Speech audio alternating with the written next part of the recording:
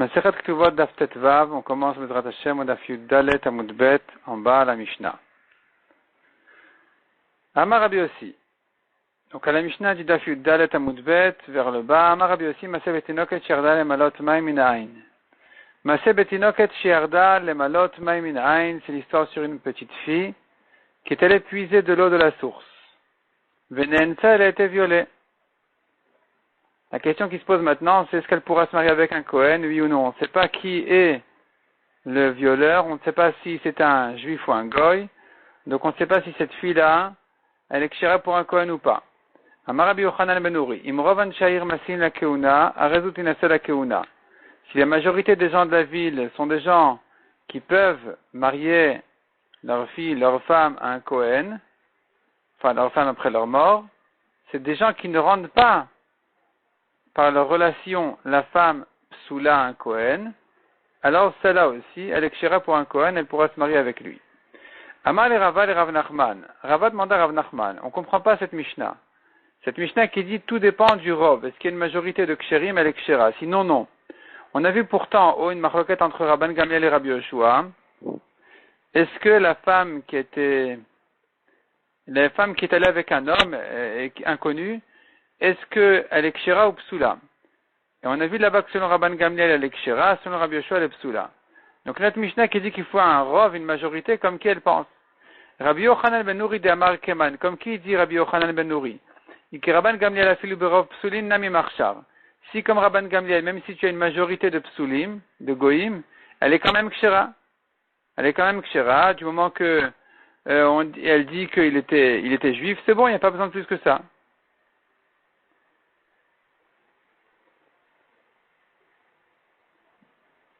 Et si notre Mishnah va comme Rabbi Yoshua, même si tu as une majorité de ksherim dans la ville, elle est quand même psoula? Répond la Gemara. Amar Rabbi Yehuda Amar Rab. Bekronot shel tzipori hayam maaseh. La Mishnah parle d'un cas spécial où il y avait deux rovs de ksherim, un double rov de ksherim. Et donc là, même Rabbi Yoshua qui a dit qu'un rov n'est pas suffisant, il est d'accord que pour un double rov, c'est suffisant. Quel est le double rov de ksherim ici? Il s'agit de Kronot shel tzipori hayam maaseh. C'est des gens de passage. Donc c'est le jour du marché de Tzipori, où les gens viennent de l'extérieur, ils sont là de passage, et ces gens-là sont des gens ksherim. Ces gens-là qui sont des juifs, qui sont ksherim donc, un d'entre eux, ou un de la ville, c'est un d'entre eux, ou un de la ville qui a violé la fille. Donc maintenant, tu as un double rov. Aussi bien si tu dis que c'est quelqu'un de la ville qui est sorti, elle est kshera, enfin tu auras le rov des gens de la ville qui sont ksherim. Si tu dis que c'est quelqu'un du marché qui était là de passage, lui aussi, eh bien il est sorti d'une majorité de ksherim, donc là même Rabbi Yoshua sera d'accord qu'elle est kshera. Ou que des Rabbi Ami, et ça va comme Rabbi Ami qui a dit, D'amar Rabbi Ami veu shaita siya shel bnei adam ksherin, à condition qu'il y ait siya shel bnei adam, un groupe de personnes ksherin overet les sham qui passent là-bas. Donc si tu as un groupe de personnes ksherim qui passent, et de ce groupe-là est sorti quelqu'un qui a violé cette fille, plus tu as dans la ville aussi une majorité de ksherim, donc c'est quelqu'un d'entre eux, on ne sait pas de là ou de là, en tout cas, tu as deux rov, un double rov avec kshera. Donc des Rabbi Anaï d'Amar Rabbi Anaï. Nivelet bekronot kshera. Rabbi Anaï dit, si elle a été violée dans les carrosses, dans les charrettes de ces gens-là, elle est kshera. Kshera la keuna. Demande à Gemara bekronot al kadatar. Quelle importance si elle était violée là-bas, à l'intérieur ou à l'extérieur. Et la nivelet bishat kronot kshera, la keuna. Non, on voulait dire que si il y avait aussi un groupe de passage ici de gens ksherim, au-delà de la majorité de ksherim qu'il y a dans la ville, là, puisque j'ai deux majorités de ksherim, elle est kshera la keuna. Aval pira shechad mitzipori ou baal, avlad shtuki. Mais si c'est quelqu'un de la ville qui est sorti, il n'y avait pas ici le groupe qui était de passage. Il n'y avait que le rov des gens de la ville. Là, dans ce cas-là, c'est pas bon. L'enfant, il est shtuki. Il n'est pas kasher. Il est shtuki, ça veut dire, on connaît pas son statut, on ne peut pas le marier avec un Kohen, si c'est une fille. Qui a dechet Ravdimi Amar Zeiri, Amar Rabbi Chanina, comme Ravdimi qui est venu, il a dit au nom de Zeiri, au nom de Rabbi Chanina. Ve'amrila Amar Zeiri, Amar Rabbi Chanina. Il y en a qui disent que c'est pas Ravdimi qui a ramené ça, c'est un enseignement tout court qui a été ramené au nom de Zeiri qui a parlé au nom de Rabbi Chanina. On va selon la majorité de la ville, mais pas selon la majorité des groupes qui sont de passage. Klapé Laya. Dans quelle direction ça va cette halakha? On comprend pas, ça devrait être le contraire. Parce que dire on va selon la majorité de la ville et pas selon la majorité des gens qui sont là de passage, c'est pas logique, ça doit être le contraire. Ceux-là sont de passage, ils sont pas fixés à leur endroit, donc tu as plus de raisons d'aller selon leur majorité que ceux de la ville qui sont fixés là-bas, ou là-bas, dans ce cas-là, on verra dans la suite du DAF, qu'on ne va pas selon le Rov. On verra dans le DAF ensuite que le Rov, on va que si c'est quelqu'un qui est sorti de là où il était fixé. Mais si la question se pose à l'endroit où les gens là-bas sont fixés, ils n'ont pas bougé, dans ce cas-là, tu ne vas pas selon le Rov. Donc en tout cas, il y a plus de raisons d'aller selon le Rov des passants que selon le Rov de la ville.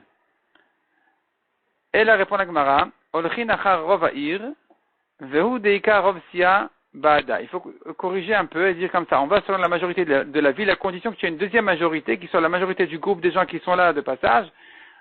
Au-delà de la majorité de la ville, c'est là où tu peux dire qu'elle est kshera. Ve'en olchin achar Rov ha'ir greta, on ne va pas selon la majorité de la ville qui sont des kshérim uniquement, ni selon la majorité du groupe uniquement. Il faut deux rov. Maïtama, pourquoi il nous faut deux rov? Gzera rov sia atu rovair. C'est une gzera qu'on a dit, un rov, des gens de passage, c'est pas bon, parce que on risque de la rendre kshera dans un cas où tu n'as que le rov de la ville. Verov air nami, et même quand tu es la majorité de la ville, quel est le problème? Il est qu'az et les gaba, si c'est le violeur qui est allé chez la fille, dans la ville, d'une rue à l'autre, kol de parish meruba parish, on devrait dire celui qui est sorti du rov. Donc il est sorti de sa maison, je pourrais supposer qu'il est sorti du rov des gens qui sont kshérim. Donc pourquoi tu me dis non, attends, il faut faire des xérotes et prendre nos précautions, ne pas permettre dans ce cas-là. L'autre icha répond la Gemara, de ka azla'i le gabayou. C'est parce qu'on craint le cas où c'est la fille qui est allée chez l'homme. Et dans ce cas-là, tu ne peux pas t'appuyer sur un rov. D'avalé kavoua parce que l'homme, il n'a pas bougé de sa place. Et dans le cas où il est fixé à sa place, tu n'as plus de rov, c'est fini. Pourquoi? Parce qu'on a un principe qui dit, Vamar bizera, kol kavoua, kemersal mersadami. Si ça a été fixé à son endroit, même si tu as 99 de kshérim et un pasoul, tu n'as plus de rov. Le rov n'est que kol des parish. C'est que s'il est sorti de chez lui, que tu vas selon le rov et tu dis certainement, je suppose, celui qui est sorti, il est sorti de la majorité. Mais si il n'est pas sorti d'une majorité ou d'une minorité, c'est le safek qui est rentré là-bas.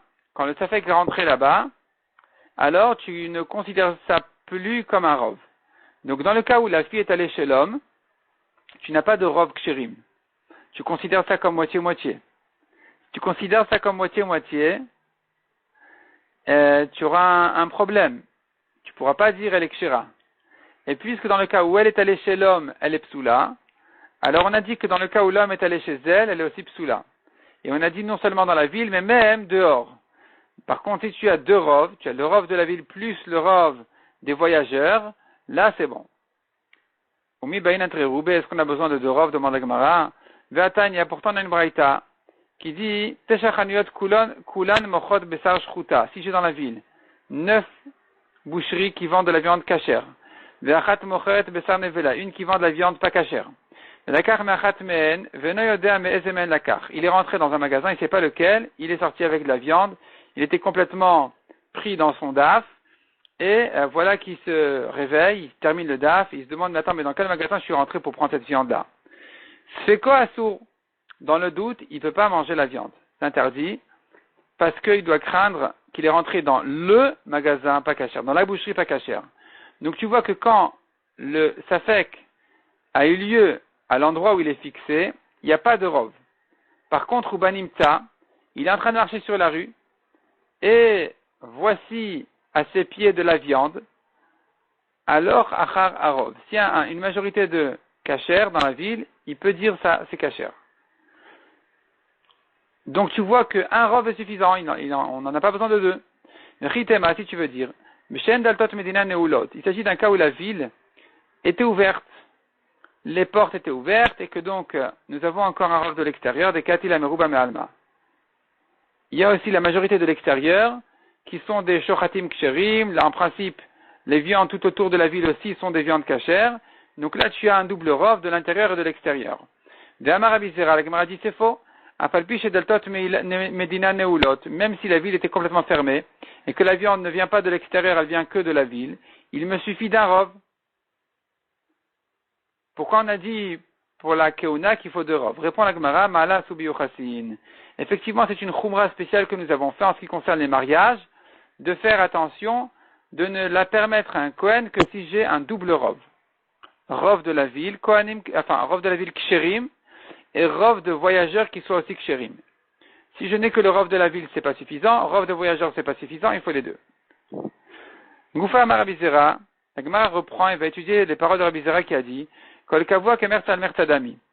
Si la chose était fixée à sa place, et que là-bas on a un doute, si c'est sorti, si pas c'est sorti, si ça a eu lieu dans le kasher ou dans le non kasher, on ne va pas ici selon le rov, on dit c'est comme moitié-moitié. Ben nekula ben khumra, dans tous les cas aussi bien pour la kula que pour la khumra. Menale le Rabbi Zera, d'où Rabbi Zera a pris cette halakha. Il est mas, s'il a déduit de la braïta qu'on a vue, mitesh achanuyot, des 9 magasins, kulan mochot besar shchuta vachal basar nevelan, 9 qui vendent kasher et un qui vend pas kasher. Il a acheté dans un magasin, il ne sait pas lequel. Ça fait quoi Assour? Dans le doute, c'est Assour parce que c'est lui qui est rentré dans le magasin. Il ne sait pas si c'est kasher ou pas, donc le doute a eu lieu là où il est fixé. Donc il n'y a pas de rov, c'est fini. Ou banimta alors chachararov. Mais quand c'était trouvé dehors, c'est là où tu vas selon le rov. Nagmara dit tu n'as pas de preuve de là, parce que atam le chumra, c'est pour la chumra que tu dois craindre dans ce cas-là. Mais qui dit que je peux même pour la kula considérer comme 50-50 quand le safek a eu lieu à l'intérieur? Elle a répondu à la Gemara, Mitishat Sfardeim, Vesheret Echad Benehem. Il y avait 9 grenouilles mortes et une souris morte, pas souris ou je sais pas un chéret, un reptile mort qui ressemble aux grenouilles, qui se trouve là-bas. Venaga Be'echad Mehen, il a touché un d'entre eux. Venede Bezemen Naga. Il ne sait pas c'est lequel qu'il a touché. Parce que les grenouilles, ça rend pas tamé après leur mort. Tandis que les shratim de la Torah, ça rend tamé après sa mort. Il a touché là-bas, il ne sait pas lequel. Sfeko tamé. Dans le doute, il est tamé. Donc tu vois, on va pas selon le Rav. Il y a ici une majorité de Tahor, et pourtant il est tamé. La Gemara dit, mais Atamnami le Khumra. Là-bas aussi c'est une Khumra, donc il n'y a pas de... Il y a pas de preuve de là que pour la Kula aussi tu diras, hein, je considère le Rav comme moitié-moitié. Et là, du cas contraire, répond la Gemara, Mitisha Sharatim ou Tzfarde Echad Benem. Il y avait 9 Sharatim tamé et une grenouille Taor. Taor, c'est-à-dire que ça rend pas tamé après sa mort celui qui la touche. Mais Naga Bechad Men venait Odea Bezemen Naga. Il a touché un d'entre eux, il ne sait pas lequel. Birshut Echiz Feko tamé.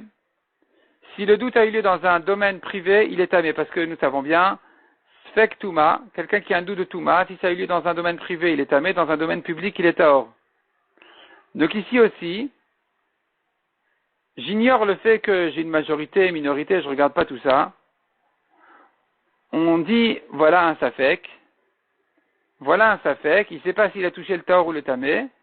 Donc dans un reshut eachid Sfeko tamé, birshut arabim Sfeko taor. S'il est à la maison, il est tamé. S'il est dehors, il est taor. Donc tu vois hein, que s'il est dehors, il est taor.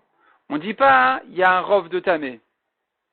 On dit non, puisque c'est lui qui a touché et que eux n'ont pas bougé. Alors tu les considères comme 50-50. C'est un vrai doute, c'est un vrai safek, qui dans un reshut arabim, il est taor. Voilà la preuve de Rabbi Zera, que kol kavua kemerta al merta. Si c'est pas sorti de son endroit, eh bien, tu considères comme si c'était moitié-moitié. Et d'où cette halakha elle-même, cette braïta elle-même, d'où elle a appris ça, d'où on sait ça, Minatora. Amargra, parce que le pasuk a dit, Ve'aravlo ve'kam alav. La Torah a dit, un homme qui a tué son ami, on parle d'un cas où vraiment il a visé, il s'est levé sur lui pour le tuer. Achit kavenlo. Il n'est chayav que s'il avait l'intention de le tuer à lui-même, mais pas s'il avait l'intention de viser l'un et il a tué l'autre. Dans ce cas-là, il est pas tour. Verabanan, mais les chachamim ne sont pas d'accord avec ça et disent que même dans ce cas-là, il est pas tour. À partir du moment où il avait l'intention de tuer un juif, il en a tué un autre. C'est l'autre qui a pris le coup. Il est chayav. Alors, quel dracha ils vont faire du pasuk vers Ravlo, vers Kamalav, où tu comprendrais vers Ravlo, vers Kamalav, il le visait à lui, il s'est levé sur lui. Qu'est-ce que disent de là les chachamim? Amre de Rabbi Yannai, prat les zorek even lego. Il te dit, c'est vrai que s'il a essayé de tuer l'un, il a tué l'autre, il est chayav. Mais s'il y avait un groupe de personnes, et lui, il a jeté une pierre, il faisait du bruit en bas, lui, il voulait dormir, il était tard, il voulait dormir, il a jeté de sa fenêtre une grosse pierre, et il en a tué un. Et donc là, tu dis, la Torah a dit, puisqu'il n'avait pas visé, il est pas tour. Et Chedami, de quoi il s'agit? Il est madei katish aknanim vechad Israël benehem. S'il y avait a priori 9 goïm et un juif, là c'est sûr qu'il est pas tour. Vete pour qu'il y ait de aknanim, il y a une majorité de goïm, tu ne peux pas le rendre chayav et tuer cet homme-là qui a jeté la pierre. Inami palga ou palga, même si c'était 5 et 5, c'est que nefashot leakel, dans le doute, il est pas tour parce que, qu'est-ce que tu vas lui dire? Tu vas lui dire, attention, tu es en train de le tuer, et il va te dire, non, il y a 5 goïm ici, ça s'appelle pas qu'il a tué un juif. L'autre richa, dans quel cas le pasuk te dit qu'il est pas tour? Dans le cas où il y avait 9 juifs et un goy, et donc la Torah elle dit, ici il est quand même pas tour. S'il y avait 10 juifs et qu'il a jeté, et qu'il en a tué un, selon les chachamim, il est chayav. Parce que les chachamim disent que s'il avait l'intention de tuer un juif, il en a tué un autre, il est chayav. Mais ici, dans quel cas le pasuk te dit qu'il est pas tour? C'est dans le cas où il y avait dans le groupe un goy, et qu'il a jeté la pierre. On vient te dire, le goy il est fixé là-bas, et donc même s'il est 1 sur 10, c'est comme si c'était 5 et 5, moitié-moitié. De là tu apprends que la minorité ne s'annule pas dans une majorité.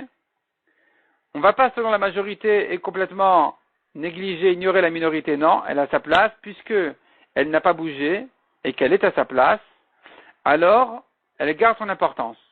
Donc le goy, même s'il est 1 sur 10, il est considéré comme moitié-moitié. Celui qui jette la pierre, ça va tomber soit sur le juif, soit sur le goy. On ne dit pas il y en a 9 et 1, on dit soit sur le juif, soit sur le goy, et donc il est pas tour. C'est ce que la Torah m'apprend. De là, j'apprends kol kavua kemertal merta. Partout où le safek a eu lieu, là où il se trouve, sans bouger, eh bien, je ne regarde plus le rov, je considère comme si c'était moitié-moitié. Itmar, Ravria Barashi Amarav, Alachak Rabbi aussi. Ravria dit au nom de Rav.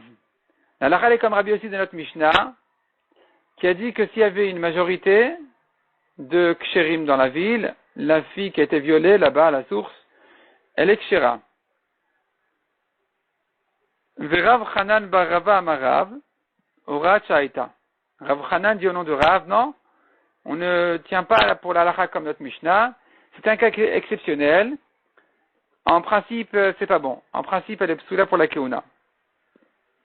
Donc la Gemara comprend ici que dans notre Mishnah, il n'y a qu'un seul rov, et il en fallait 2. C'est ça la marloquette. Selon Rav Ria, un rov est suffisant. Selon Rav Chanan, un rov n'est pas suffisant, c'est exceptionnel, en principe il en faut 2. Metiv Rabbi Yirmiyah. Rabbi Yirmiyah, il objecte Rav. Et il demande, comment tu dis la halakha est comme Rabbi aussi, et il suffit d'un rov.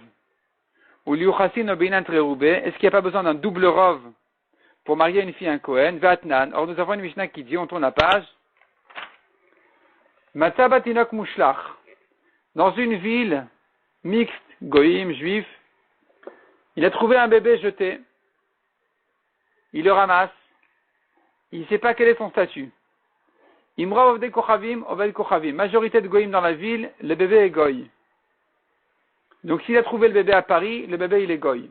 Imrov Israël, Israël. Il a trouvé le bébé dans une ville de juifs, en Eretz Israël par exemple, l'enfant il est juif. Mertal, Merta Israël. S'ils sont moitié-moitié, l'enfant il est aussi juif. L'amarav lo shanu l'alachioto. Rav il dit, quand est-ce que tu considères l'enfant comme un juif? À quel sujet tu le considères comme un juif? L'achioto. C'est pour lui donner de la tzedaka, pour le nourrir il en a besoin.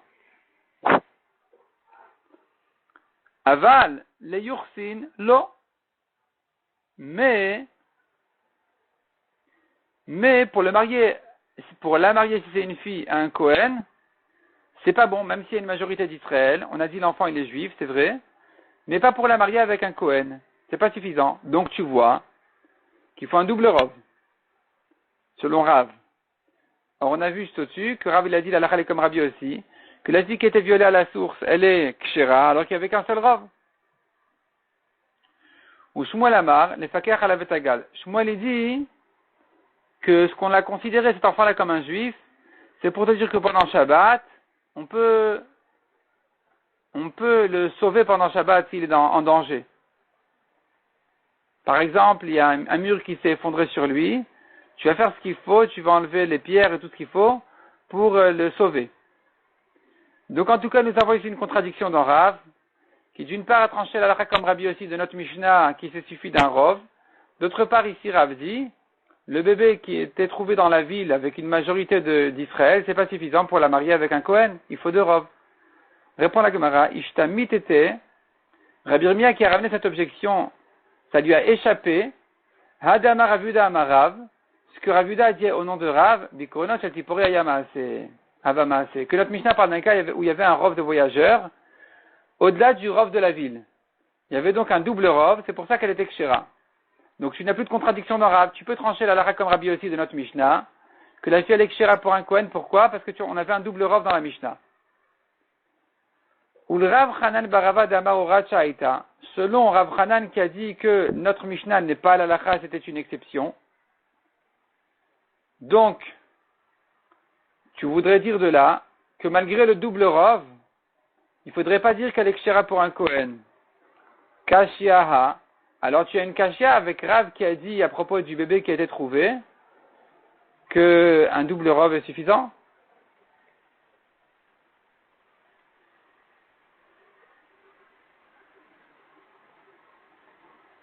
C'est-à-dire, je reprends. Rav Hanan a dit, Ora Chaita, notre Mishnah était une exception. Donc dans notre Mishnah, il y avait deux Rov, mais c'était une exception. En principe, il n'en faut qu'un seul. On n'a pas besoin de deux Rov, il nous faut qu'un seul Rov. Et donc la question qui se pose ici, si c'est comme ça, alors pourquoi est-ce que Rav il a interdit la fille qui a été trouvée sur la rue là-bas dans la ville de Rov Israël? S'il suffit d'un Rov, tu pourrais la marier avec un Kohen aussi? Répond la Gemara, Mande matneha lo matneha. Celui qui a enseigné dans notre Mishnah qu'il y avait un double Rov n'est pas celui qui a dit selon Rav que la halakha n'est pas comme notre Mishnah. N'est pas celui qui aurait dit selon Rav que notre Mishnah était une exception, mais en général il suffit d'un Rov. Il dit pas ça. C'est-à-dire, celui qui a dit la halakha n'est pas comme notre Mishnah, c'est parce qu'il a compris dans notre Mishnah qu'il n'y avait qu'un seul Rov. Donc la halakha n'est pas comme ça, c'est un cas exceptionnel. En général, il en faut deux. Celui qui a dit dans notre Mishnah, celui qui a dit dans notre Mishnah il y avait deux Rov, n'est pas celui qui a dit que c'est un cas exceptionnel. Soit tu dis il y avait deux Rov, c'était pas une exception, soit tu dis que c'était une exception, il n'y avait pas de Rov. C'est pas la même personne qui a parlé au nom de Rav.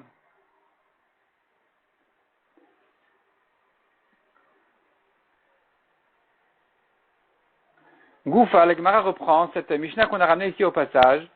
Matza batinok mushlach, il a trouvé un bébé jeté dans la ville. Imrov oved kochavim oved kochavim, c'est une ville majorité de goïm, il est goy. Imrov Israël Israël, si il y a une majorité d'Israël, le bébé est juif. Mertal Israël, s'il y a une moitié, il est juif aussi. Amarav lo shanu alachioto, donc on a vu que selon Rav, que tu le considères comme un juif dans une majorité d'Israël, c'est que pour le nourrir. Avali urtindo, mais pour la marier avec un Kohen, non. Ou Shmuel Amar le fakir à la vetagal. Shmuel il dit, on peut le sauver pendant Shabbat, et c'est en ça qu'on le considère comme un juif. Demande la Gemara au Miyamar Shmuel Achi. Est-ce que Shmuel a dit qu'il faut un rov de juifs dans la ville pour sauver cet enfant-là pendant Shabbat? Ve'amar Rabbi Yosef amar Rabbi Damar Shmuel. Pourtant Shmuel lui-même a dit En olchin de pikuach nefesh achar harov. On ne cherche pas une majorité pour se permettre d'être mechalel Shabbat pour sauver un homme. Quelqu'un qui est dans un cas de danger, même si tu as une petite chance de le sauver ou qu'il soit juif, ou vraiment tu as tout contre toi, même pour cette petite chance d'avoir sauvé un juif, tu le fais même pendant Shabbat. Donc ici, pourquoi tu me dis que si un rov de juif, il est juif, on le sauve Shabbat? Même si un rov de goïm, le sauver Shabbat, tu dois le faire. Peut-être qu'il est quand même juif, c'est suffisant, ce peut-être-là, ce petit peut-être, ce lointain peut-être est suffisant pour être mechalel Shabbat, à le sauver. Et là, kitmar de Shmuel la Recha itmar, corrige la Gemara. Shmuel, il faut le ramener sur la Recha, sur le premier cas. Imrov ovde kochavim oved kochavim.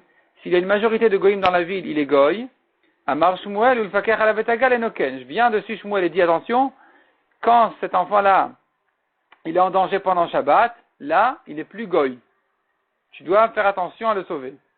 Parce que peut-être qu'il est quand même juif, va savoir. Imrov ovde kochavim lema ilcheta. En quoi tu le considères comme un goy s'il y a une majorité de goïm? On a bien dit que pendant Shabbat il faut le sauver, donc en quoi est-il goy?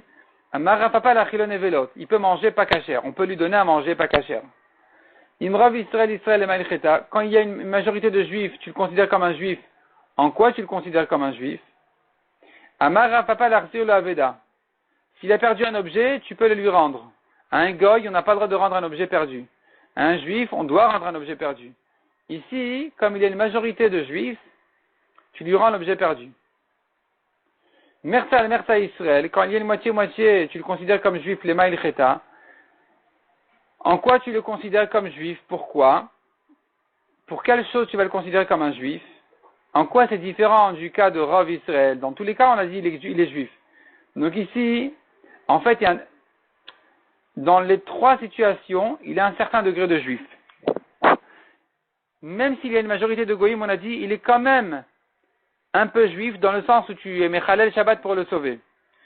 Si son Rov Israël, il est juif, tu lui rends la Aveda. Si son moitié-moitié, il est juif en quoi? Amaresh lakish le nezakin. S'il y a eu un dommage de causé, eh bien, tu le considères comme un juif. Echidami, de quoi il s'agit? Et là, il faudrait introduire une halakha. Une halakha de Baba Kama, alors qu'on est en plein Ktuvot. En plein Ktuvot, il doit traiter la halachot de Nashim, de Ktuva, etc. Mais, Masechet Ktuvot, on l'appelle chasse katan, un petit chasse. Tu as de toutes les halachot dans Ktuvot. On a vu les Ilchot Shabbat sur Betula. On a vu, ici, on arrive dans Nezikin. Donc vraiment, Masechet Ktuvot, c'est une promenade sur tout le chasse. Donc ici, on arrive un peu au halachot de Baba Kama. On apprend là-bas qu'il y a une différence entre le taureau d'un juif et le taureau d'un goy. Un juif qui, son taureau a encorné le taureau d'un goy, il est patour. Un goy qui, son taureau a encorné un taureau d'un juif, il est chayav. Il doit payer. Un juif dont le taureau a encorné le taureau d'un juif, là, il faudra se renseigner. Est-ce que le taureau qui a encorné, il est tam ou mouad? Est-ce qu'il est innocent? Il est débutant? C'est la première fois qu'il encorne? Ou il a l'habitude? Si c'est la première fois, ou deuxième, on paye que 50% du dommage. S'il a déjà l'habitude, il a déjà encorné 3 fois, là, il devra payer le dommage complet. Et là, après cette introduction, on va rentrer maintenant dans le cas où dans la ville il y avait moitié-moitié, et que l'enfant qui a été trouvé là-bas, on le considère comme un juif. Dans quel sens? La Gemara a demandé Chidami de quoi il s'agit. Inemade nagre Torah didan le Torah dide. Si c'est notre taureau qui a encorné le taureau de celui-là là, qui a été trouvé, cet enfant qui a été trouvé, il a grandi, il est devenu adulte, il a acheté un taureau, l'émalé, le taureau encorneur, l'endommageur, dira à cet enfant-là, on l'appelle enfant parce qu'il a été trouvé comme ça, inconnu comme en tant qu'enfant, il a qu'à lui dire, Haïti Raya d'Israël Hat, vas-y, prouve que tu es juif, ou je colle et je te paye. Tant que tu n'as pas prouvé que tu es juif, moi, je peux te considérer encore comme un goy et ne rien te payer. Va prouver que tu es juif. Amoti mechavero à la baraya. Tu veux sortir l'argent de ma poche, à toi de le prouver. Donc c'est pas en ça qu'il sera considéré comme un juif. Pourquoi on a dit qu'il est considéré comme un juif? L'autre répond à la Gemara. Des nagre Torah d'idée, le Torah d'Idan. C'est le taureau de l'enfant en question, celui qui a été trouvé, qui a encore né notre taureau à nous. Et c'est là on dit, Palga Meshalem, la moitié, c'est sûr qu'il doit payer, en tant que juif ou en tant que goy. Veidar Palga sur la deuxième moitié, Amar Leu, lui, le mazik, celui qui a endommagé, il va dire au Isaac, à celui qui a été endommagé, Aïti Raya, amène-toi une preuve. Dès la vie Israël, que moi je ne suis pas juif, Ve'etenechon, et je te payerai le dommage complet. C'est-à-dire, cet enfant-là a grandi, il a acheté un taureau, son taureau a encore né, le taureau d'un juif. Le juif lui dit, tu es goy, tu me payes tout le dommage. Et l'autre il dit, écoute, la moitié c'est sûr que je te paye, mais l'autre moitié qui dit que je suis goy, peut-être que je suis juif. Et si je suis juif, je ne te paye que la moitié parce que c'est un taureau de tam, un taureau innocent, c'est la première fois qu'il est en corne. Donc je pourrais me suffire de te payer Khatin Ezek, la moitié du dommage. Tant que tu ne peux pas prouver que je suis goy, que je dois te payer tout le dommage, tu ne peux pas sortir d'argent de ma poche. C'est sur ça qu'on a dit, Merta al-Merta, s'ils sont moitié juifs, moitié goïm dans la ville, celui qui a été trouvé là-bas, on le considère comme un juif. En quoi on le considère comme un juif? Pour cette halakha. Pour dire que il peut se prendre pour un juif, payer la moitié et s'en aller. Comme un juif, tant que l'autre n'a pas prouvé qu'il est goy. Hadran alach, betula niset.